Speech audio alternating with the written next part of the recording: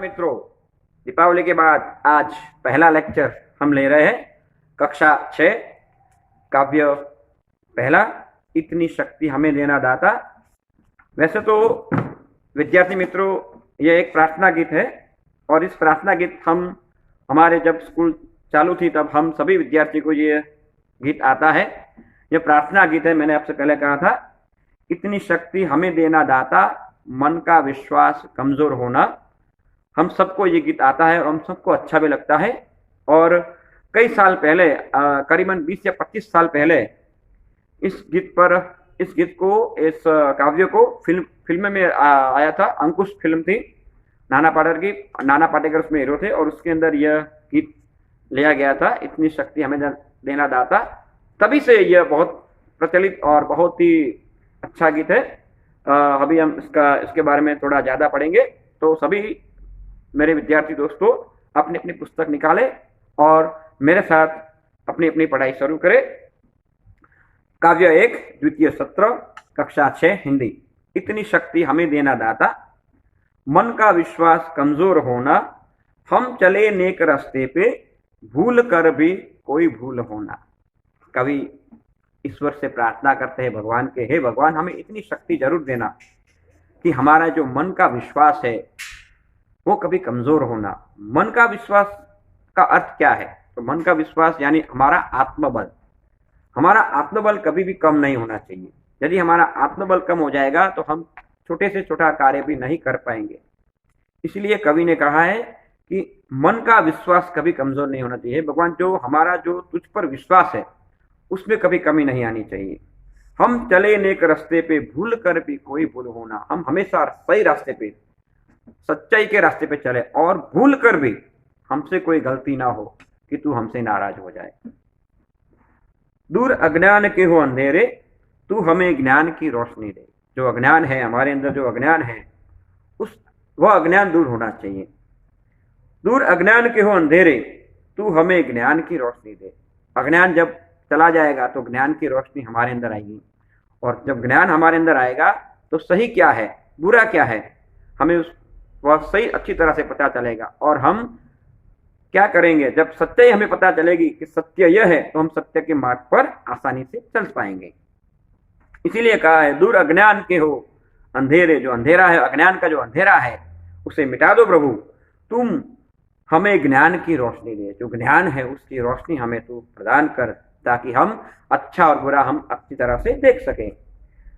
फिर हर बुराई से बचते रहे हम, जितनी भी दे भली जिंदगी दे। हर बुराई से हमें बचना है, हर बुराई से हमें बचना है। हर बुरा जो भी हमारे साथ जो भी बुरा होने वाला है उस बुराई से हम बचते रहे। और इसमें देखो, इसमें ज्यादा जीवन, लंबा जीवन नहीं मांगा है। जितनी भी दे भली जिंदगी दे। हम चाहे थोड़ा जिए लेकिन अच्छा जिए, मर के सालों 100 साल नहीं जिए, लेकिन चाहे 50 साल या 60 साल जिए, लेकिन बहुत अच्छा जिए। जितनी भी दे भली जिंदगी दे। हमारी जिंदगी इतनी अच्छी होनी चाहिए कि हमारी जिंदगी में से किसी को प्रेरणा मिलनी चाहिए। जितनी भी दे भली जिंदगी दे। फिर कहा है, बैर होना किसी का किसी से, बैर होना किसी को किसी से, भावना मन में बदले की होना। जब हमारे अंदर किसी के प्रति दुष्ट भाव नहीं रहेगा, हमारे अंदर किसी के भी प्रति बैर भाव नहीं रहेगा, तो फिर हमारी जो भावना है, हमारी जो आशा है, वो बदले की भावना खत्म हो जाएगी। हमें किसी के साथ कोई बदला लेना ही नहीं होगा, क्योंकि हमारे अंदर कोई बुराई नहीं रहेगी। तो क्या कहा है, बैर होना किसी को किसी, हमारा किसी से बैर ना हो, हमारा किसी से झगड़ा ना हो, हमेशा हमारे संबंध सबके साथ अच्छे सुलह भरे रहे। भावना मन में बदले की होना, और हमारे मन की जो भावना है उसमें भी कभी किसी के साथ बदला लेने की या किसी के साथ कुछ करने की ऐसी कोई इच्छा ना हो। इसीलिए कहा है, भावना मन में बदले की होना। हमारे किसी के साथ कोई बैर ना हो और किसी को मारने की या किसी को ऐसा कुछ बुरा करने की कभी इच्छा भी हमारी ना हो। हम फिर आगे कहते हैं, हम न सोचे हमें क्या मिला है। हम ये नहीं सोचे कि भगवान ने हमें क्या दिया है, मेरे पास क्या था और क्या नहीं है। हम न सोचे हमें क्या मिला है। हम कभी ऐसा नहीं हमें क्या मिला है, हम ये सोचे कि हमने क्या किया है। कभी भी हमारा हाथ ऐसे ना रहे, हमारा हाथ हमेशा ऊपर रहे। हम हमेशा सबको देते रहे, हम किसी के सामने हाथ ना फैलाए। इसीलिए कहा है, हम ना सोचे हमें क्या मिला है, हम ये सोचे कि हम समाज को क्या दे सकते हैं, हम समाज को क्या अच्छा ही दे सकते हैं, हम समाज के लिए क्या कर सकते हैं। हम ये सोचे किया क्या है अर्पण, हमने आखिर अर्पण क्या किया है। फूल खुशियों के बांटे सभी को, सबका जीवन बन जाए मधुबन। हम सबको, क्या कहा है, कितनी अच्छी बात कही है। फूल खुशियों के बांटे सभी को, हम सबको खुशियों के फूल बांटते रहे, किसी के प्रति भावना बदले की भावना ना हो, हम सबको खुशी बांटते रहे, हम सबके चीज खुशी शेयर करते रहे। फूल खुशियों के बांटे सभी को, सबका जीवन बन जाए मधुबन। जिस तरह से मधुबन, मधुबन का अर्थ क्या होता है, तो मधुबन, मध, जब जिसे मधु कहते हैं, एक बागीचा मधुबन जिसे कहते हैं। सबका जीवन एक मधु की तरह मीठा हो जाए, किसी के जीवन में किसी की प्रकार की कोई कड़वाश ना रहे, सबका जीवन मधु की तरह मीठा और सरल हो जाए, सबका जीवन बन जाए मधुबन। फिर भगवान को कहते हैं कि अपनी करुणा का जल तू बहा के। करुणा, भगवान कैसे है, बहुत करुणामय है। भगवान, करुणा का अर्थ है दया, भगवान बहुत दयालु है, परम पिता परमात्मा बहुत दयालु है। तुझसे कहेंगे हे भगवान, तुम्हारी कृपा हम पर ऐसे ही बनी रहे, क्योंकि तुम्हारे जो करुणा का जो जल है, अपने करुणा का जल तू बहा के, वो करुणा का जल तू हम पर बहा, ताकि हमारे अंदर सबके प्रति दया का भाव है, हमारे अंदर सबके प्रति मिलाप का भाव रहे। अपनी करुणा का जल तू बहा के, कर दे पावन हर एक मन का कोना।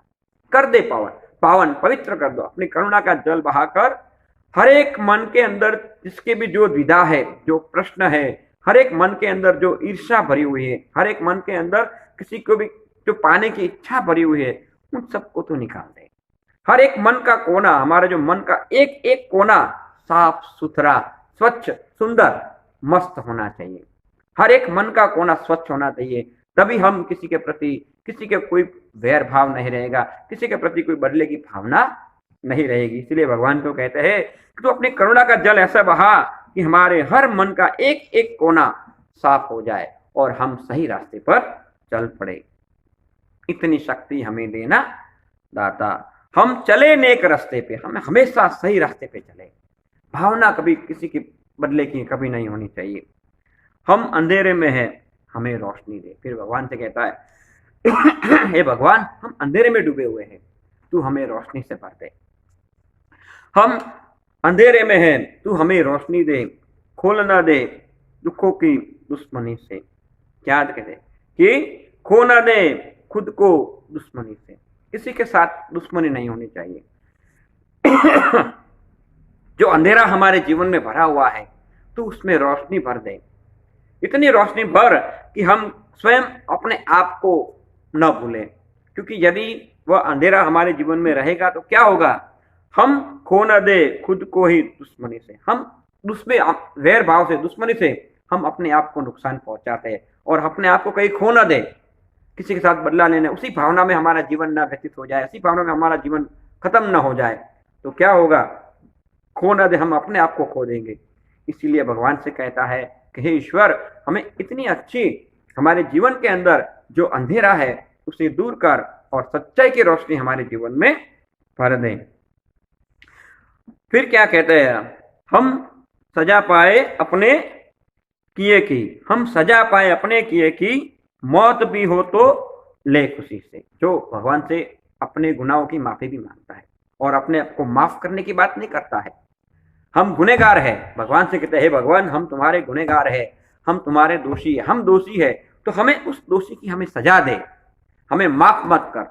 हमें सजा मिलेगी तभी हमें पता चलेगा कि हमने यह गुनाह किया, हमने यह दोष, हमारे अंदर यह दोष है, इसलिए हमने यह सजा हमको मिली है। तो भगवान से क्या कहते हैं, हम सजा पाए अपने किए की, हमें जो हमने जो बुरे कर्म किए हैं, जो कुकर्म किए हैं, उस बुरे कर्म की हमें सजा जरूर मिले, हमें उसमें से बचना नहीं है। लेकिन क्या कहते हैं, हम सजा पाए अपने किए की, मौत भी आए तो सहले खुशी से। अगर उसमें हमारी मौत भी हो जाए, हमने खराब कर्म किए है और उस खराब कर्म से यदि हमारी मौत भी हो जाए तो हमें कोई गम नहीं है, हमें कोई पछतावा नहीं है। मौत भी आए तो उसे हम हंसते हंसते गले लगा ले, मौत भी आए तो हम उसे हंसते गले लगा ले। इतना ही नहीं, मौत भी आए तो खुशी से हम उसे सहन कर ले कि कोई बात नहीं, चलो मौत है, तू आई है तो हम भी तुम्हारे साथ चलते हैं। फिर कल जो गुजरा है फिर से गुजरे, लेकिन कल हमने जो गलती की थी, जो कल हमने जो भी गलतियां की थी या हमने जो बुरे कर्म किए थे, इसीलिए कहते हैं कल गुजरा है फिर से ना गुजरे। लेकिन कल जो हमने गलतियां की थी, कल जो हमने पाप किए थे, वो पाप आज फिर से नहीं होने चाहिए। इसीलिए कहते हैं कल को गुजरे है फिर से ना गुजरे, आने वाला कल ऐसा ना हो। जो कल गुजर गया है पाप कर्म का, वो फिर से नहीं आना चाहिए, लेकिन जो आने वाला कल है वो हमारा सुनहरा पल आना चाहिए। वो हमारा जो आने वाला कल है वो हमारा बहुत ही अच्छा होना चाहिए, ताकि हम आने वाले कल को सुधार कर, आने वाले कल में जो अपनी गलतियां की उसको सुधार कर आने वाले कल को हम अच्छा बना सके, ताकि आने वाली पीढ़ियां, हमारे बाद आने वाली पीढ़ियां भी, हमारे बाद आने वाले लोग हमसे वो याद करेंगे, नहीं इस आदमी ने जो कार्य किया है वो कार्य हमारे, ये जो कार्य किया है वो कार्य को आगे ही आगे बढ़ना है। इसीलिए कहता है आने वाला कल ऐसा ना हो, हम चले नेक रास्ते पे, भूल से भी कभी कोई गलती हमसे नहीं होनी चाहिए। फिर कहते हैं हर तरफ जुल्म है बेबसी है। फिर इस संसार की बात करते हैं भगवान कि आखिर ये चारों तरफ क्या, हमें ऐसा क्यों होना है, हमें अच्छा क्यों बनना है, क्यों ऐसा क्या है कि हमें यहाँ पर अच्छे बन के रहना है, सत्य का साथ देना है। तो इसकी बात कभी हमें समझाते हैं, हर तरफ जुल्म है बेबसी है, हर तरफ जुल्म है बेबसी है, सहमा सहमा सा हर आदमी है। आज संसार में तुम देखो चारों ओर कोरोना चारों ओर कोरोना के प्रति हाहाकार मचा हुआ है, हर तरफ जुल्म है, हर तरफ बेबसी है, लोग बेबस हो गए हैं, कुछ भी नहीं कर सकते हैं। जो बीमार पड़े उनसे जाके पूछो कि तुम्हारी क्या हालत है, हर लोग बेबस है, कुछ भी नहीं कर पाते। ये ऐसी भयंकर बीमारी है कि हम चाहते हुए भी किसी का कुछ नहीं कह सकते। आपको पता है सामने वाले को बीमारी और हम उससे जाकर पास बात नहीं कर सकते, हम उसे छू भी नहीं सकते हैं। ये कैसी भयंकर विडंबनाएं हैं, आप खुद ही सोचिए। हर तरफ जुल्म है बेबसी है, सिर्फ बेबसी है, सहमा सहमा सा हर आदमी डरा हुआ। आज के युग में अभी आप देखो हर आदमी डरा हुआ है। आदमी मनुष्य के घर नहीं जा रहा है, उसे दूर से ही hi hello bye bye tata कर रहा है, कोई किसी के घर नहीं जा रहा है, हम लोग कहीं इकट्ठे नहीं हो पा रहे हैं, हम लोग किसी से बात नहीं कर पा रहे हैं। तो ये क्या है, हम इतने बेबस कभी नहीं थे, इतने लाचार तो भगवान पहले कभी नहीं थे। बहुत सारी बीमारियां आई गई, लेकिन इतने लाचार हम कभी नहीं हुए थे, इतने लाचार बेबस आज हम हुए हैं इस कोरोना की वजह से। इसीलिए कहता है हर तरफ जुल्म है बेबसी है, सहमा सहमा सा हर आदमी है, हर आदमी डरा हुआ है, हर आदमी के मन के अंदर भय है। ऐसा क्यों हुआ है? ऐसा इसलिए हुआ है कि ये जो कोरोना आया ये भी हमारी गलती से आया है, एक इंसान की गलती से ही आया है, कि कुदरत ने नहीं भेजा है, ये इंसान की गलती से आया और इंसान उसकी सजा आज भुगत रहा है। इसीलिए सहमा सहमा हर आदमी बैठा है, पाप का बोझ बढ़ता ही जाए। फिर भगवान कहता है भगवान इस पृथ्वी के ऊपर पाप का बोझ तो बढ़ता ही जा रहा है, पाप का बोझ तो कम होने का नाम नहीं ले रहा है। पाप का बोझ यूं ही क्या, पाप का बोझ बढ़ता ही जाने कैसे धरती थमी है। मुझे तो ये आश्चर्य हो रहा है कि इतने सारे पाप, इतने सारे भ्रष्टाचार, पापाचार, दुराचार, इतने सारे पाप कर्म हो रहे हैं इस पृथ्वी पर, इस धरा पर, फिर भी यह पृथ्वी देखो सबको सहन करके खड़ी है। फिर भी यह पृथ्वी, यह धरा, यह भूमि इतने सारे पाप को देखकर, इतने सारे जुल्म को देखकर यह पृथ्वी अपने आप खड़ी है। और यही एक सबसे बड़ी आश्चर्य की बात है कि धरती फिर भी थमी है। इतने सारे पाप, इतने सारे जुल्म, इतने सारे दुराचार देखने के बाद भी यह पृथ्वी वही की वही पड़ी है, इसमें कुछ नहीं हो रहा है। पाप का बोझ बढ़ता ही जाने कैसे ये धरती थमी। पता नहीं ये धरती इतना सहन कैसे कर लेती है। ये पृथ्वी हमारी माता, ये धरती हमारी माता, ये भूमि हमारी माता, इतना सहन करने के बावजूद भी आज वैसी की वैसी थमी है, वहीं पर वही खड़ी है। इसीलिए क्या है, बोझ ममता, फिर क्या बोलता है कि बोझ ममता से तू ये उठा ले, तेरी रचना का अंत होना। फिर भगवान से अंत में सिर्फ यही प्रार्थना करता है, भगवान इस पाप के बोझ को तू उठा ले। जो पाप कर्म हो रहे हैं, जो दुराचार हो रहे हैं, जो दुष्कर्म हो रहे हैं, जो भ्रष्टाचार हो रहे हैं, इस पाप के बोझ को हे ईश्वर तू खत्म कर, इस पाप के बोझ को तू उठा ले। क्या बोलते हैं, बोझ ममता से तू ये उठा ले। जो ममता पर, ममता यानी कि प्रेम, ममत्व, प्यार का भाव, ये प्यार के ऊपर जो जितना भी ये दुख है, इस दुख को तू दूर कर। भगवान से कह प्रार्थना करता है कि सृष्टि के ऊपर जितना भी दुख है, इन दुख को तू दूर कर, इन सभी दुखों को तू हरण कर ले, इस दुखों को तू दूर कर। इसीलिए तेरी रचना का अंत होना, जो तूने जो इस सृष्टि की, प्रकृति की जो रचना की है, उसका कभी अंत नहीं होना चाहिए। ये नदियां, ये पर्वत, ये पेड़, ये सब तूने जो बनाए हैं, ये कभी नष्ट नहीं होने चाहिए। तो क्योंकि यदि इस पृथ्वी के ऊपर पाप बढ़ता जाएगा तो भगवान क्या होगा, तेरी बनाई हुई यह धरती, तेरे बनाए हुए ये पेड़ पौधे पर्वत, ये सारे नष्ट हो जाएंगे। तेरी बनाई हुई ये पूरी सृष्टि का विनाश हो जाएगा, प्रकृति का विनाश हो जाएगा। यदि प्रकृति का विनाश होगा तो साथ ही मनुष्यों का भी विनाश होना निश्चित है। इसीलिए भगवान से कहता है, हे भगवान, ये पाप का जो बोझ है, ये पाप की जो पूंजी है, ये पाप है, इस पाप को ही तू मिटा दे, इस पाप को तू कहीं से दूर फेंक दे, ताकि ये धरती इस पाप के बोझ से मुक्त हो जाएगी। और जो मनुष्य पाप करता है वो भी इस सृष्टि से चला जाएगा। तो फिर क्या होगा, ये धरती फिर से राम राज्य में समित हो जाएगी, राम राज्य फिर से आ जाएगा। फिर से मनुष्य अपने अपने कर्म करते रहेंगे, और मनुष्य के अंदर जब अपने अपने कर्म करने की शक्ति आ जाएगी, तब उसके अंदर धर्म, सत्य और सत्य का सामना करने की उसमें शक्ति आ जाएगी। तब मनुष्य सत्य के साथ ही चल पाएगा। इसीलिए भगवान से कहते हैं, तेरी रचना का अंत नहीं है। भगवान, तू जो करता है उसका तो कोई अंत है नहीं। हम तेरी रचना को कभी समझ नहीं पाएंगे, लेकिन ये जो प्रकृति की जो रचना तूने की है, इसका अंत नहीं होना चाहिए।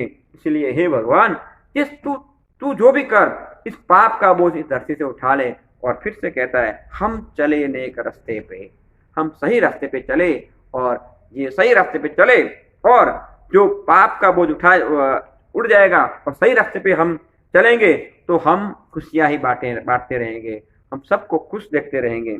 इसलिए यहाँ पर अभिलाष भगवान से यही प्रार्थना करते हैं। तो इस जमीन पर, इस पृथ्वी पर जो भी हम अच्छे कर्म करके जाए, हम अच्छा जीवन जिए मित्रों। यह कविता का, वैसे तो मैं आपको पूरा दिन इसके बारे में चर्चा कर सकता हूँ, लेकिन समय की जो मर्यादा है उसके साथ यह काव्य यहाँ पर खत्म हो जाता है मित्रों। लेकिन इसका जो मार्मिक अर्थ है बहुत ही सुंदर है, बहुत ही अद्भुत है और बड़ा अलौकिक है।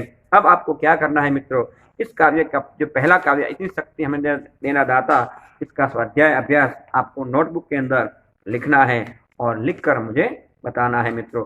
एक बात याद रखना मित्रों, स्वयं याद रखना कि स्कूल बंद है लेकिन हमारी पढ़ाई चालू है मित्रों। इसीलिए सभी विद्यार्थियों से मेरी प्रार्थना है कि आप अपनी अपनी पढ़ाई अवश्य करते रहे मित्रों, अवश्य करते रहे।